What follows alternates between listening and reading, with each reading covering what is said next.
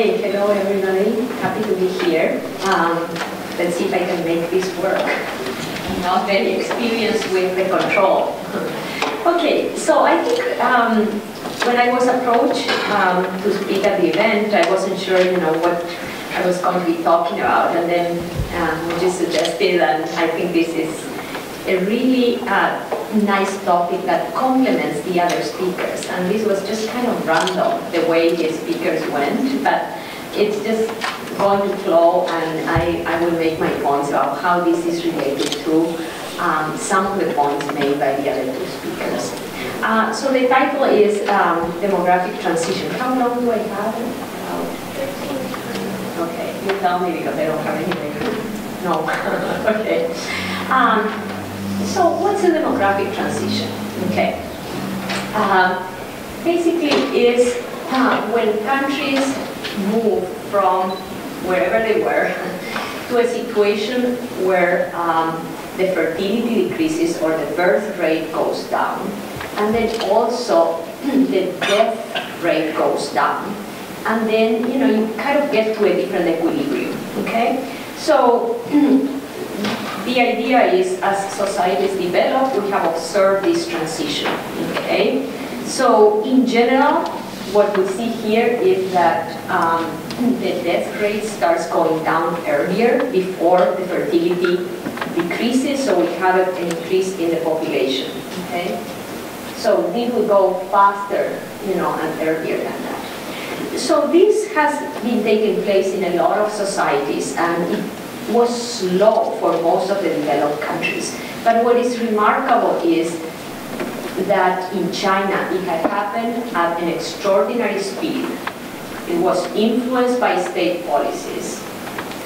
Right now, I'm just going to assess that the removal of the one-child policy will not change the picture in terms of the fertility, and that there are tremendous effects on economic performance related to the growth of per capita income, trade flows, etc., and there are big social consequences of this. So the idea is, when countries go through this, what's happening is the age structure of the population is changing. So what it is at one point in time, there are a lot of people in the age group that they are productive, that they are working in the labor market. But then as we go along with the transition, what happens is that we have that these people are getting older and the structure changes completely. So what I wrote down is that if a large percentage is working age of the population and the right policies are in place to take advantage of this fact, the added productivity of this group can produce what is called a demographic dividend of economic growth. So what we have observed in China is that China was going through this. And I wrote down there the right policies. Oh, sorry. The right policies. And if the right policies are in place, then you get the demographic dividend of economic growth. That means that the country will be growing at a really fast rate. So let me tell you how this relates to what Professor Seshadri said. Okay, right policies here. A little bit about what are the policies. Well, policies to take advantage of the demographic dividends are things like human capital buildup, education, health, increase in access and improve public health, labor, financial, trade policies. So that's the policy issue, okay? And then as the transition continues, we are going to have a large percentage of elderly people. And then it's a very different scenario, so the countries have to prepare for that, okay? So planning for an older population. So my point is going to be, I want to show you a little bit how the population pyramids, that is the age distribution, has changed in China. And I'm going to compare that with what happens in the US and in other countries. And I'm going to show you what happens with the mortality, what happens with the fertility, how fast it was in China compared with the other countries.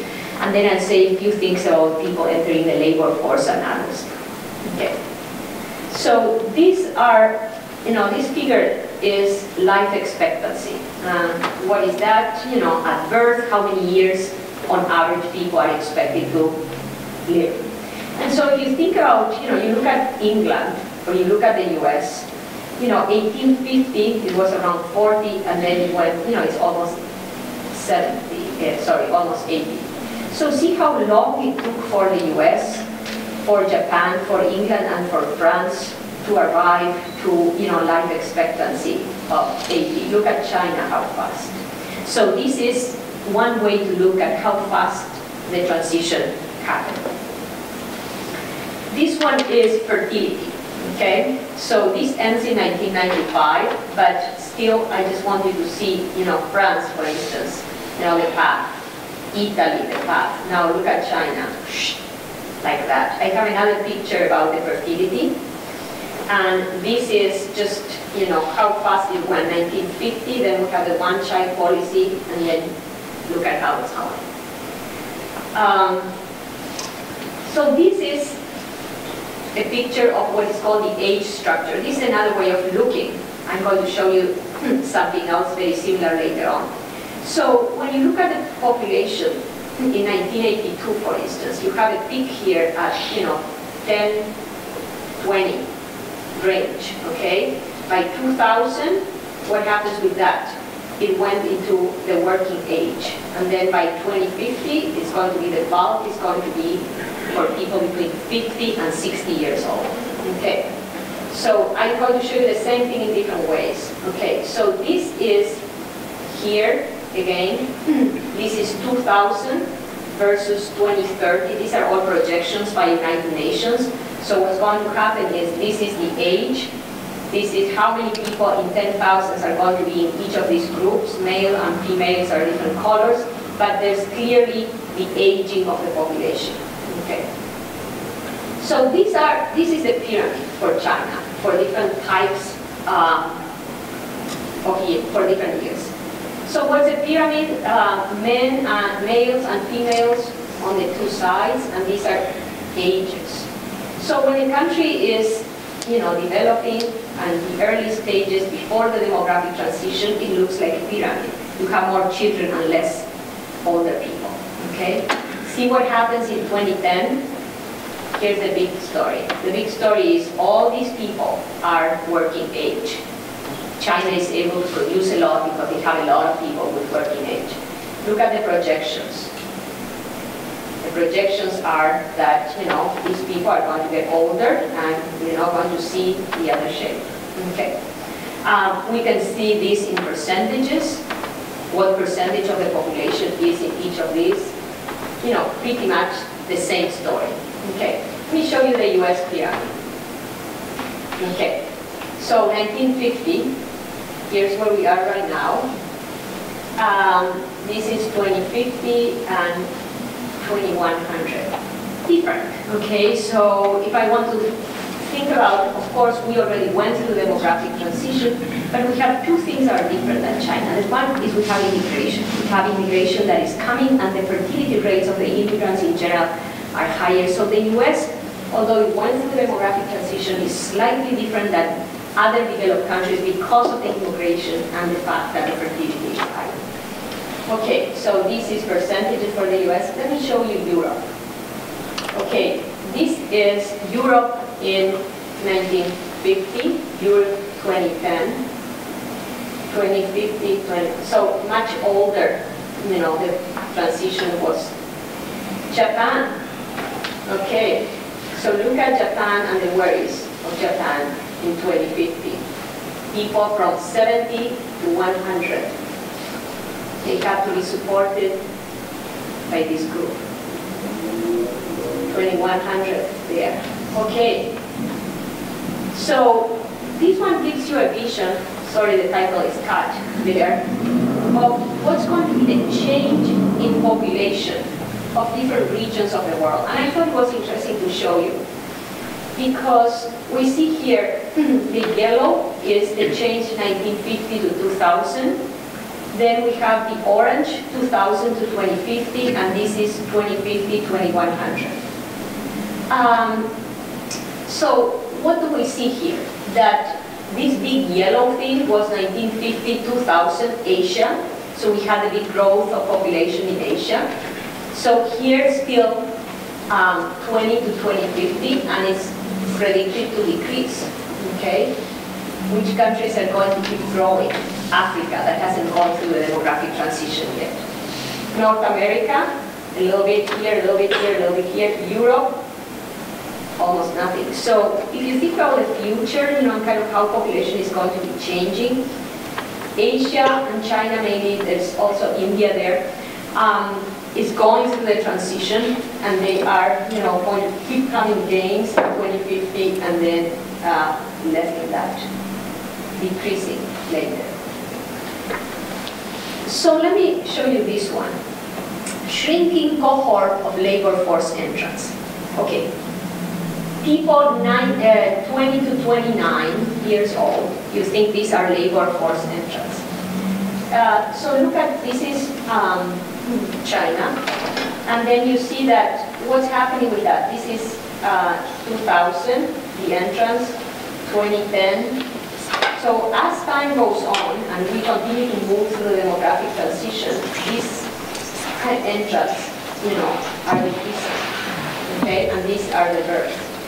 So what are the consequences of that? We are going to have that there's less people entering the labor market, the wages are going to be changing because of that, then the capacity to export, you know, a lot of things are going to be changing because of that, okay. Now, let me tie this a little bit with what Menzi said. Okay, what do we know in terms of age and savings and consumption from the point of view of economics? Okay, so if you think about people along their lifetime, and suppose you want to have, you know, it's not a bad idea to think about you want consumption to be pretty much constant over time. This is obviously a simplification. These are your earning years. So what's going to happen? When you are young, you know, somebody else has to provide for you, and so you're consuming, you have no income. And during your years of work, you are going to be saving, and then at this time you are going to be dis-saving. You are going to be consuming more than you are going to be saving. So what are the implications of that? If I had a lot of people in my country of this group age group, what am I going to have? I'm going to have a lot of savings and less consumption. So this, if you think about this at the macro level, in terms of what are the influence of that on the current account, and you think about what Professor Chin said about, okay, the current account reflects the difference between savings and investments, what do you think is going to happen? Well, during this period where China has a lot of people in this age range, savings are larger than consumption, the country is a net saver. So the predictions are that for the next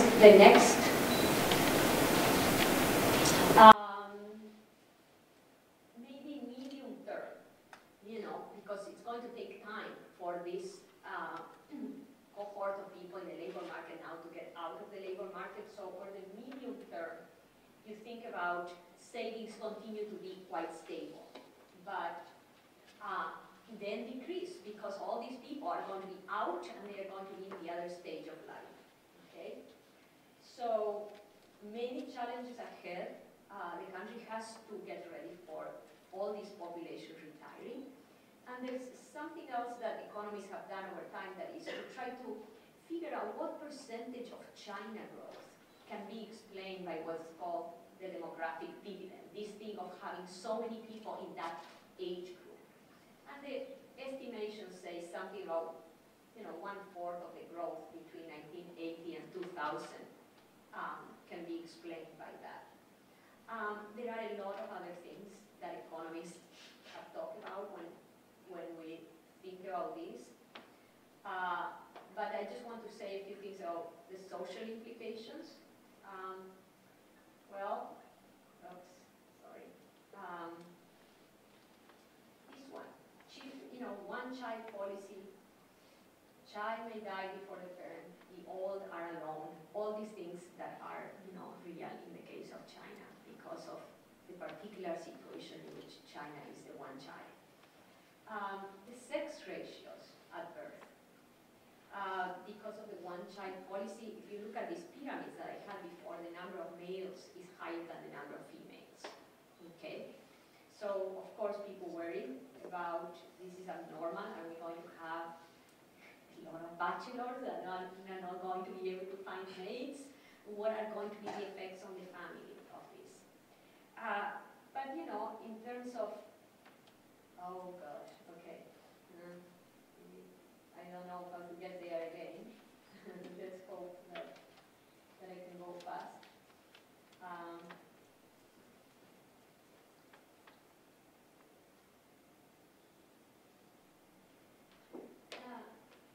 Okay, don't worry about it. I'm done here.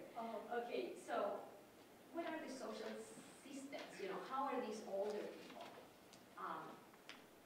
going to be at the end of their lives? You know, what is the support? In all of the advanced societies, the transition took time. So countries and families and governments were able to prepare for that. China was also fast. This is the issue that I think is important in my mind about, thinking about the future. And, just to close, I think, demographics are important. And you could see here why the structure of the population age, the age of the people, have a lot of implications for economics and for social policy. Okay, thank you.